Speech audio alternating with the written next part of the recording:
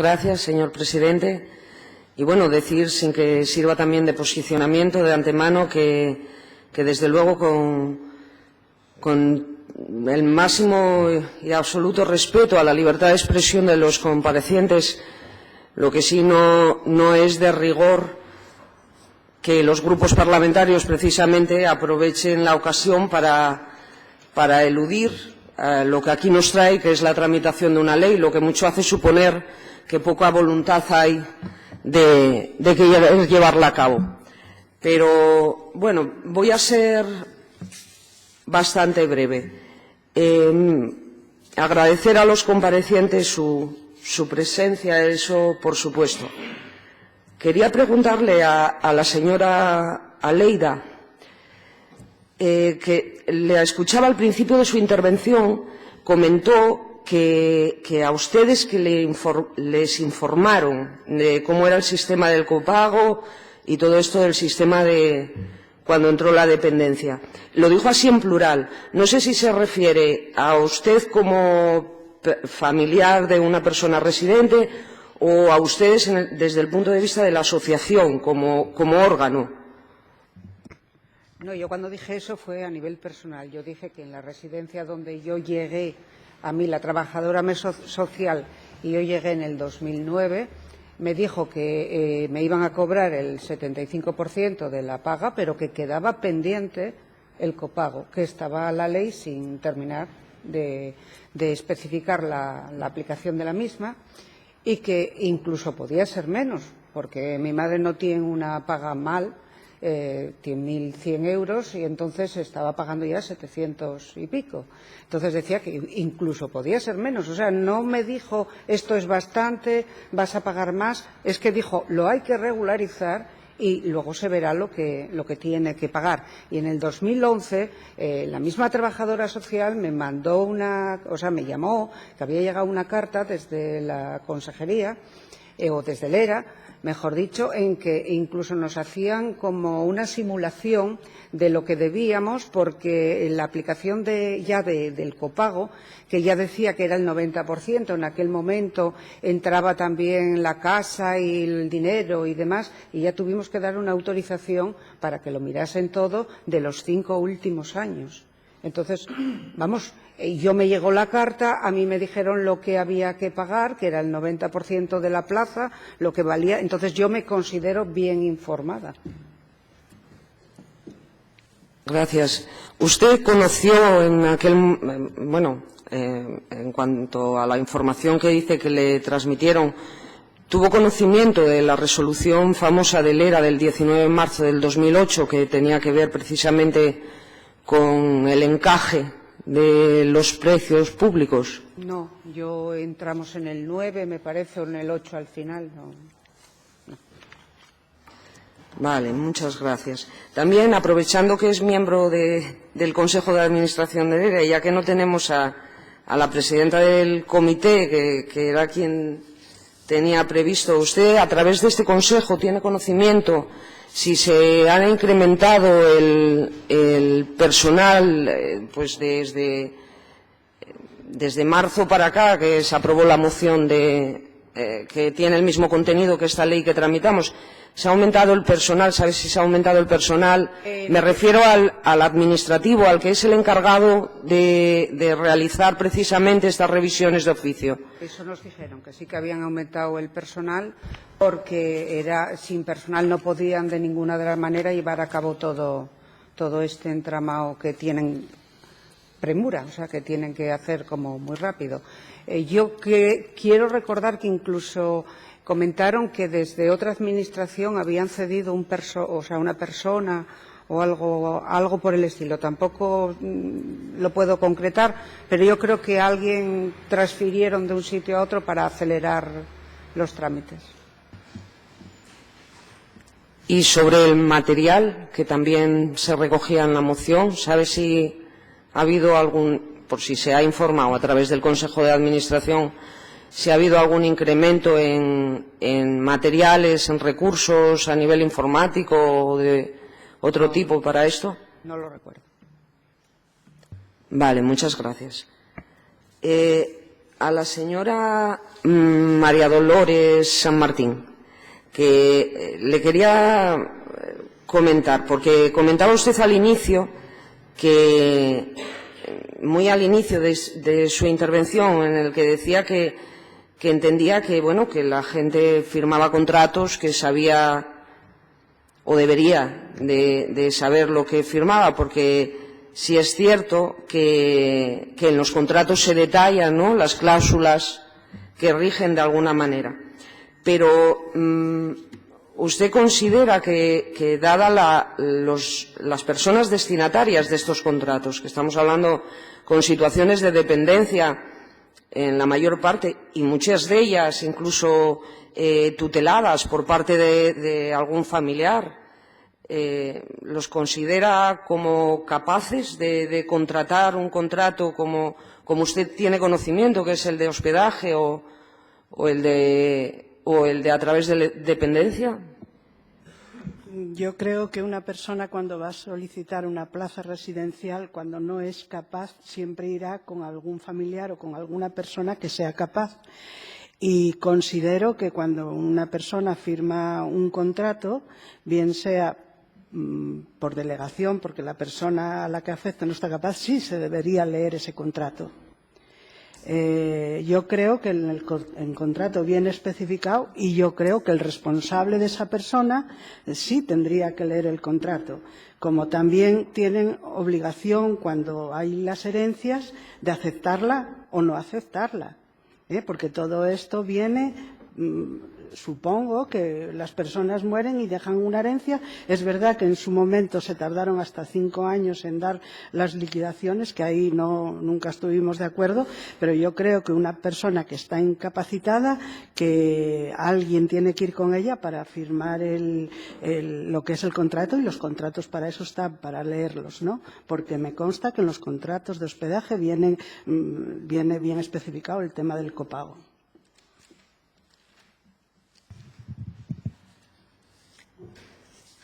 Gracias. Quería preguntarle, ¿conoce usted la resolución del ERA del 19 de marzo del 2008? La que comentaba antes, que fue la que modificó y a partir de la cual nació la opción que comentan algunas personas. Sí, por alto lo conozco, sí. ¿Me puede decir, si lo recuerda, cómo la conoció? Bueno, pues porque hacemos un seguimiento de todas las resoluciones y todo que saca el ERA.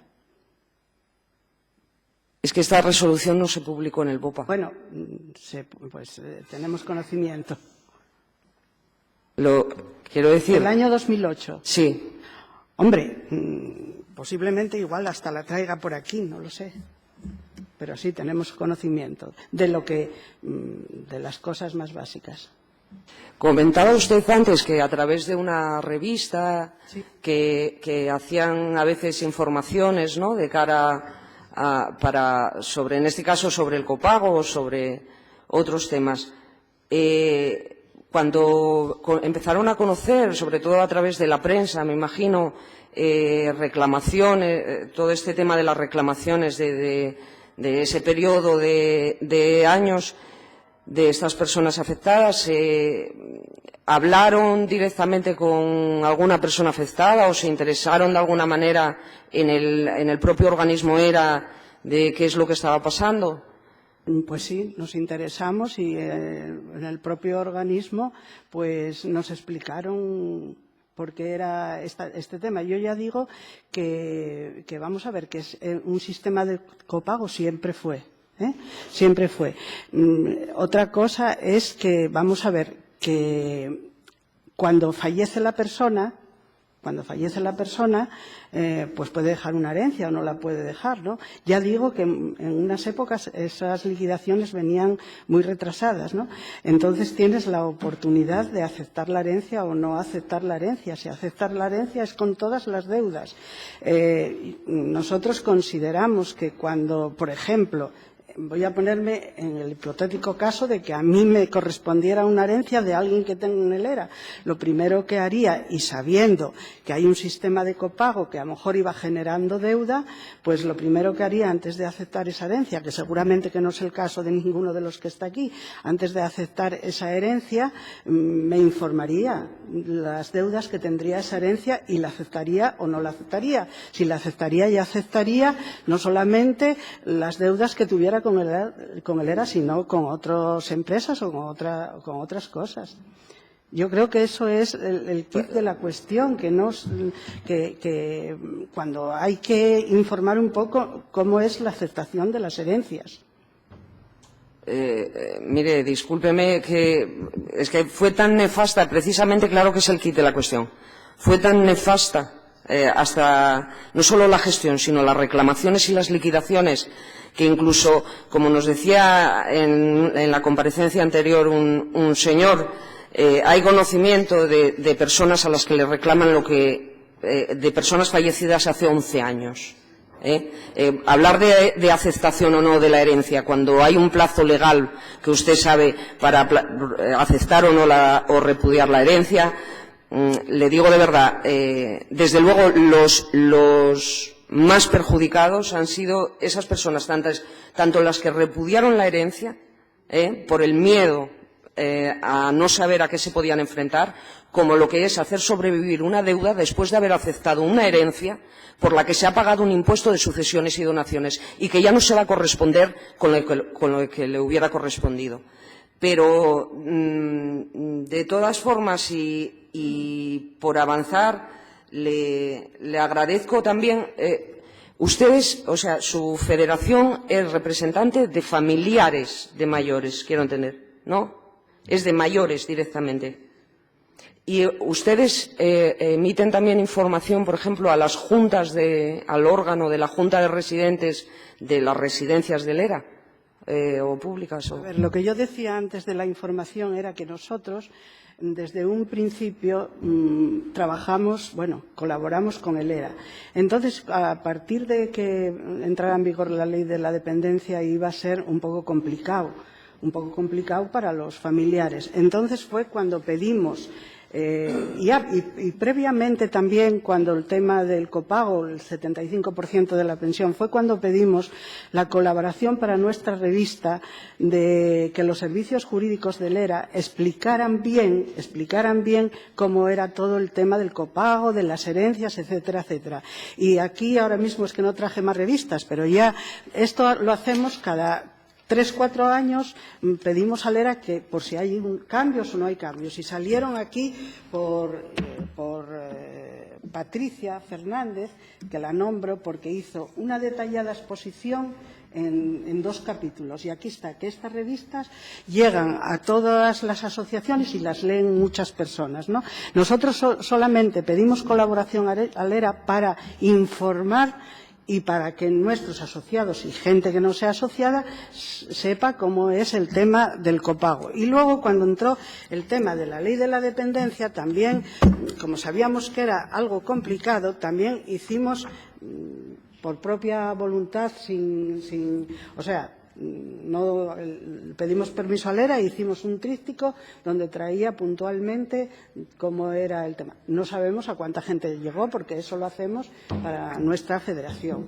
Para nuestros socios, somos alrededor de 62.000 personas y me consta que todo esto lo leen muchas personas.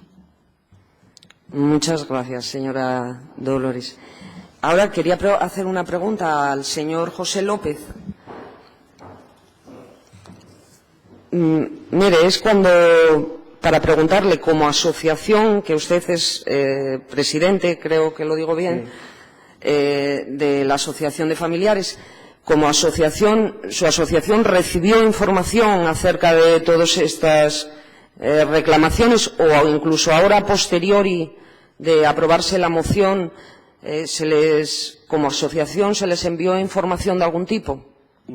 Nosotros, desde que empecé como Mar allí hasta que, primero había una asociación, fueron cambiando la nuestra, nosotros siempre nos enteremos, los familiares, porque cuando iba falleciendo alguien, que ya habían dicho, iba a enterarse y había los pufos que tenía. No obstante, ya te digo que yo personalmente me mosqueó cuando nos dicen lo que nos van a aprobar la ley, bueno, que solicitaremos, nos lo hizo la directora y la asistente social, que en su momento ellos nos gestionaron la solicitud de la ley de la dependencia, coincidió todo con después que nos lo aprobaron a mí a pagar, a mí y a otra gente, que de aquella, lo que pasa mucho, como esto va y bien, la mayoría de gente murió. Entonces, cuando nos dice que la aprobaron, a mí y a otra gente nos coincide con la bajada esa de dinero, de yo pagar. Primero me subieron los 200 euros porque me subieron el nivel, a mí y a mucha gente. Y después de pagar los 1.200 y pico, pago a pagar 600 y pico. Cuando yo voy a decir, hostia, claro, algo raro pasa aquí, ¿no? A la directora, dice que seguramente, que como ya había salido el decreto, porque estaba en proceso, que seguramente era lo que iba a tener que pagar de aquí para adelante. Los 600 y pico euros, como me habían aprobado lo de la ley de la dependencia, dijo, por eso era bueno que te habían subido un nivel y tal. Bueno, vale.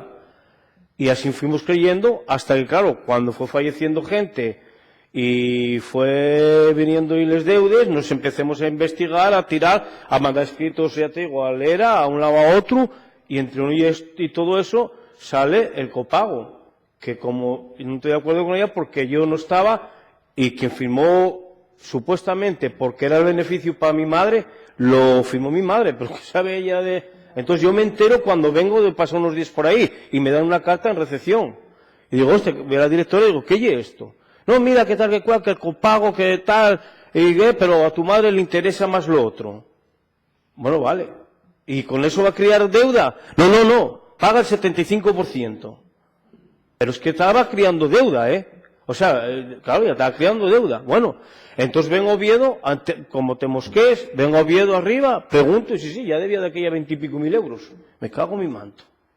Pero si nos dijeron esto, no, tu madre paga porque tiene la ley de hospedaje y está criando, y así estamos. O sea, yo sabía, claro que me explicaron de mano todo, que costaba la plaza, que iba a responder de sus bienes, del dinero que tuviera en eso y todo.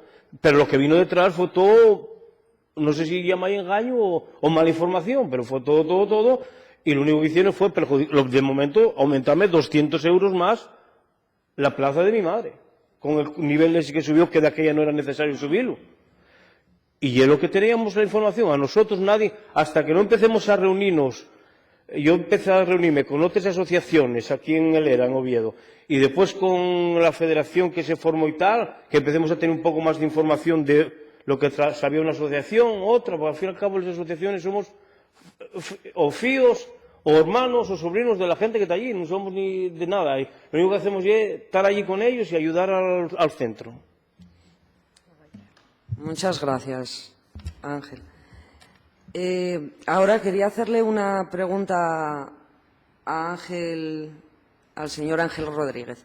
Bueno, primero decirle que he escuchado su comparecencia y desde luego mi grupo parlamentario recoge su testigo sobre la propuesta de ley que nos contaba y que nos ha contado en varias ocasiones aquí en su comparecencia. Ocurre que efectivamente esto tendremos que hablarlo en un episodio posterior y que ahora estamos intentando ver si llevamos a cabo una ley que tenemos en tramitación iniciada. Y lo que interesa, dado que el mismo contenido lo tenemos aprobado en una moción, es si realmente poner de manifiesto si la moción se cumple o no, porque lógicamente es voluntad del Gobierno que el cumplimiento de la misma. Y quería preguntarle, porque al ser representante de plataformas sé que conoce a muchos casos y muy de cerca, si sabe, por ejemplo, de personas que están realizando el pago fraccionado en la actualidad, si a día de hoy continúan pagando o han recibido alguna notificación de suspensión, como así dice la moción. Ángel Rodríguez. Siguen pagando. A día de hoy la gente sigue pagando. En las asambleas hay mucha gente que nos informa de que están pagando, pues según su poder adquisitivo y al acuerdo que llegaron con él era para fraccionarlo el pago.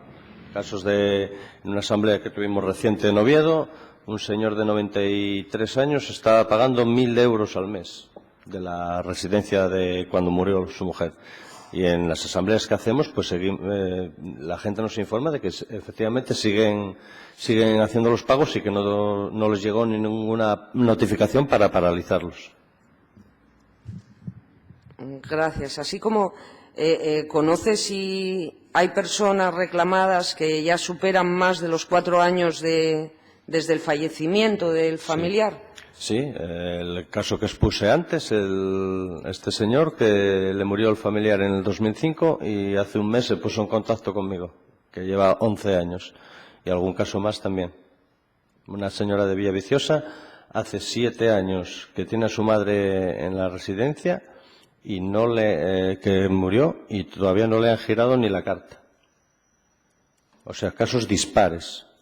A unos se les reclama 11 años después y otra después de morir en el 2009 no se le mandó ni una carta pidiéndole ninguna factura, cuando sabía que estaba creando deuda. Vale, muchas gracias. No haré más preguntas. Muchísimas gracias por comparecer. Muy bien.